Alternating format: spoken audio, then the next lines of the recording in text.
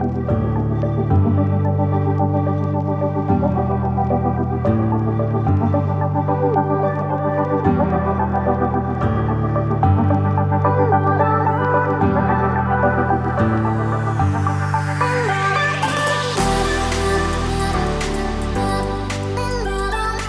right, it is another episode of Load of Balls, and this one is bang up to date. I've done a lot of ball testing over the last couple of months really, but a new ball has been released in recent weeks, or certainly for sale in the last few days. It's the Chrome Soft, the Callaway Chrome Soft and the Chrome Soft X. We're going to look at the Chrome Soft in this video, and it features graphene. I always like it when there's something new, and graphene being a new material, a revolutionary carbon material, commonly known as the world's lightest and strongest material. There you go. It basically allows Callaway to engineer a thinner outer core, a significantly larger inner core, and the result is softer feel that promotes higher launch and lower spin on full shots, for longer shots and more spin around the green.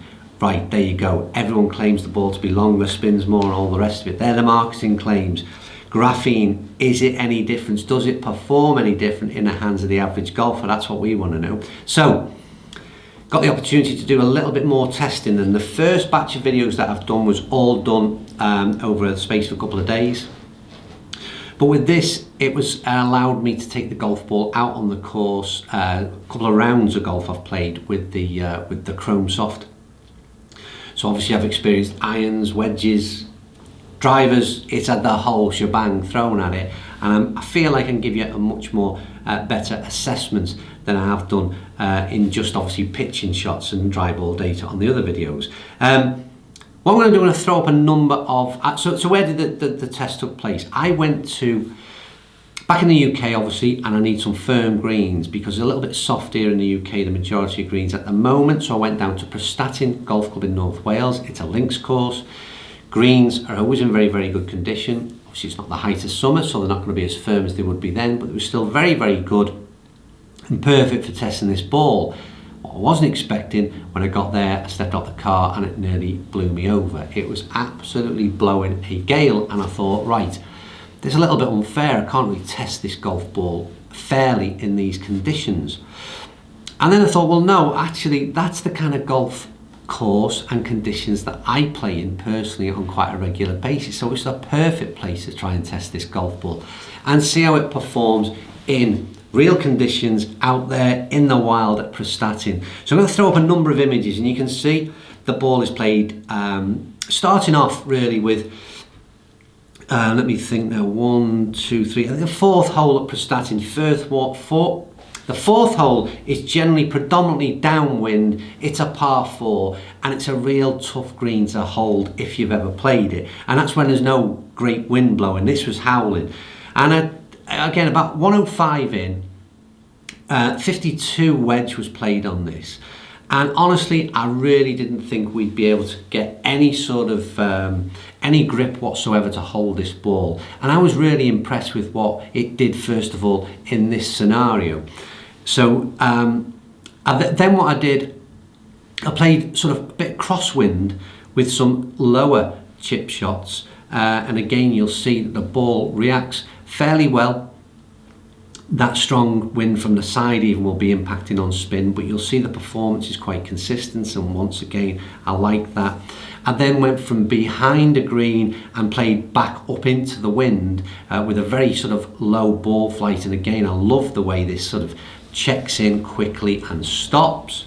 So at this stage it's all good.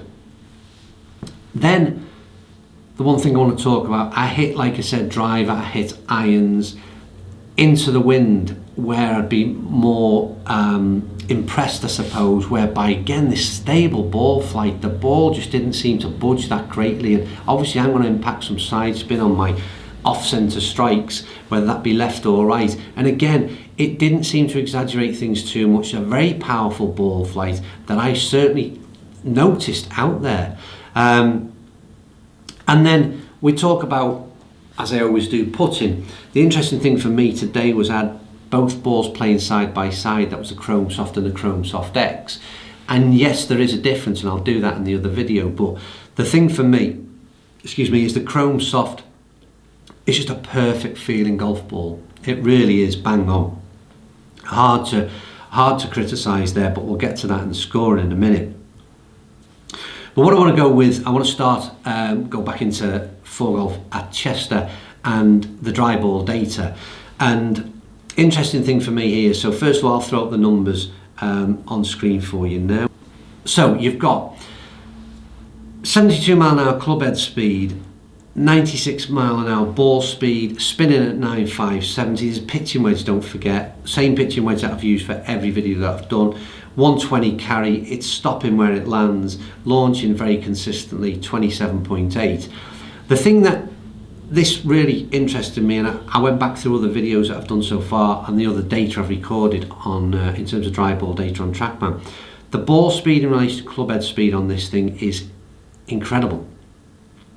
It really is. I've got a whole host of numbers that I jotted down between all the balls that I had tested. And interestingly enough, last year's Chrome Soft was quick, but not as fast as what I'm seeing off that swing speed there with the pitching wedge. And then into the 7 iron, where this one really gets interesting to me. So 78 club head, ball speed 112, which was again going back to similar numbers, to be honest with you, as other balls are tested. So that's interesting why there was a difference between the two clubs. Carry, very stable. Launching, very stable. But this is the one that gets it for me. Spinning, this is the first ball that I have tested in any of the tests that I've done that has achieved over 6,000 spin for me with a 7 iron. When you consider, again, just put that into perspective of my strike, how I hit the ball, I generally looking to achieve 5,500 spin is a good number for me with a 7 iron in my hands because of the way I strike the ball. So for me to see 6,000, and there's one ball dropped it out massively, which is 5,007 spin. If I didn't have that in there, then we're looking at probably 6,500 spin on average, which is incredibly high for me. So I'm at this point thinking, wow, this is doing things. And like I said, it was backed up out there on the course. And the big thing I've talked about before is about stability. The ball and consistency, the ball doing the same things every time you impact the same strike, obviously, or similar strikes. It's no use complaining when you hit the old duff. That ain't going to do nothing. So I'm going to start straight into the scoring. I'm going to start with dry ball data. Cannot fault it, no messing about it. It's a 10 out of 10. There's no use me waffling on anymore. Feel out the ball, again, say it every video, I'm going to say it one more time, subjective. It's how you and what you like to feel, but this for me was perfect. Some of the X balls and the harder balls, I just find them just a little bit too clicky off the face for me, with putter in particular, and sometimes with the short game wedge. I loved the way this felt in terms of the short game and off the putter, but then I also love the solid knock that you got off irons and driver as well. So once again, it's a 10 out of 10 for the Callaway Chrome Soft 2018. Next thing is value. Now this ball is premium. I think it's probably up there with only 3-4 balls maybe that price themselves in this bracket. It's 38 quid what I'm seeing, 38 pounds in the UK. That's what I'm seeing at the moment. So really, as far as I'm aware, you're up there with the Bridgestone balls. All of their balls are pitched in at 38. We've got the TP5s, and then obviously we've got the Pro V1s. So it is right up there with the top. But the way I would look at it is this. In terms of value, it is as good, potentially, let's see how the review comes out of the Pro V1, better than the Pro V1. So for me, if that's 38 quid and the Pro V's are 40 odd, then value wise, I'm going to give it an 8.5 anyway. But this is a real thing whereby I'm not comfortable with paying 38 quid for golf balls, I'll be honest with you. So if I had unlimited budget and I could buy golf balls all day long, would I pay 38 quid and would I choose to buy that ball? Yes, I would. When it's coming out of my pocket, would I? I don't know. It's a lot of money for me, and I can't talk about people what they're potentially prepared to spend on golf balls. That's down to you. But if you do spend that type of money, then I would think you will be more than happy with the Callaway Chrome Soft. Right, next one. What is it? I forgot. Performance. Overall performance. So from tee to green, in every aspect of this golf ball's performance, I can't see how you better it. I really can't. I don't know what you do. It's a perfect golf ball. Certainly for me, at my, again, don't forget, I would think that maybe swing speeds will mean different balls suit different people, but for where I sit, in my club head speeds and the rest of the game, absolutely bang on. I cannot fault it. I'm giving it a 10 out of 10 on performance, which gives it 9.63 overall, which means it's the #1 golf ball that I have tested so far, and could well be the best golf ball that I tested throughout the whole series. We'll have to wait and see. But unreal. A really first time that I've tested a ball where marketing claims are always big. I've heard a lot of comments about this on social media, on all social channels, and there's been a bit of hype around it, and I think that they deliver on this. I think it's difficult to find fault in it, to be quite honest with you, other than the price. If, like I said, we've discussed that one. Main thing for me is this: the ball has only just been released. I'd love more opinion. Have I just had a couple of good days with this thing? I really would. I want to carry on playing with it for a couple of rounds myself anyway, and perhaps hopefully a bit longer.